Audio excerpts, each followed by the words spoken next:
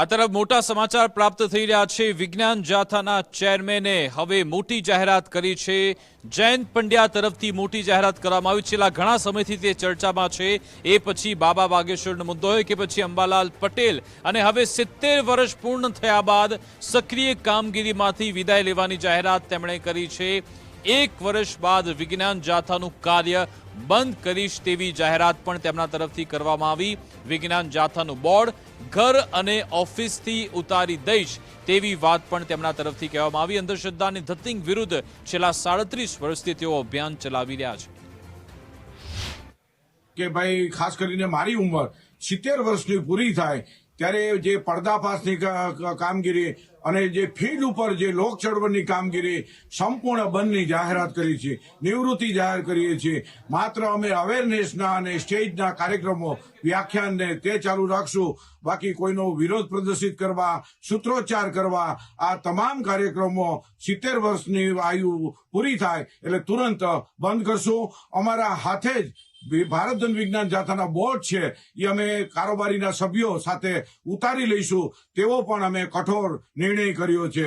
કારણમાં એટલું છે કે વિજ્ઞાન જાથા ઉપર અત્યાર સુધીમાં મરણતોડ 4 થી વધુ વાર હુમલા થયા છે। ઘર ઉપર હુમલા થયા છે।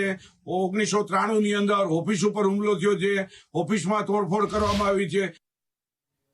તો આજ અંગે વાતચીત કરીશું। અમારી સાથે ધર્મેશ ભાઈ જોડાઈ ગયા છે। ધર્મેશ, આ નિવૃત્તિ પાછળનું કારણ આપને શું લાગી રહ્યું છે? શું સમાજમાં એક એવો વર્ગ છે કે જે કદાચ એમના વિરોધમાં પણ છે, અથવા તો કોઈ પ્રેશર છે કે ભાઈ ખરા અર્થમાં નિવૃત્તિ લેવા માંગે છે?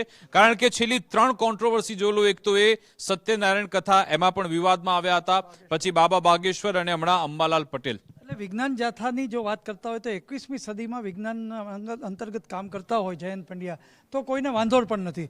પણ જે તમે 3 મુદ્દા ટાંક્યા એમાં સૌથી વધુ ગઈકાલે જે અંબાલાલ પટેલ વાળું થયું તેને કારણે બહુ વિરોધ સહન કરવો પડ્યો। કારણ કે અંબાલાલ પટેલ કોઈ ચમત્કાર નથી કરતા, એ આગાહી કરે છે, અને એ વર્ષા વિજ્ઞાન મંડળની આગાહી હતી, અને એમાં એમણે કીધા પછી આ કદાચ ટર્નિંગ પોઈન્ટ આવ્યો હોય અને એડવાન્સમાં એણે જાણકારી આપી છે કે હું 1 વર્ષ એટલે 1 વર્ષ હજી છે, 1 વર્ષ પછી 70મા વર્ષે આ બોર્ડ ઉતારી નાખશે।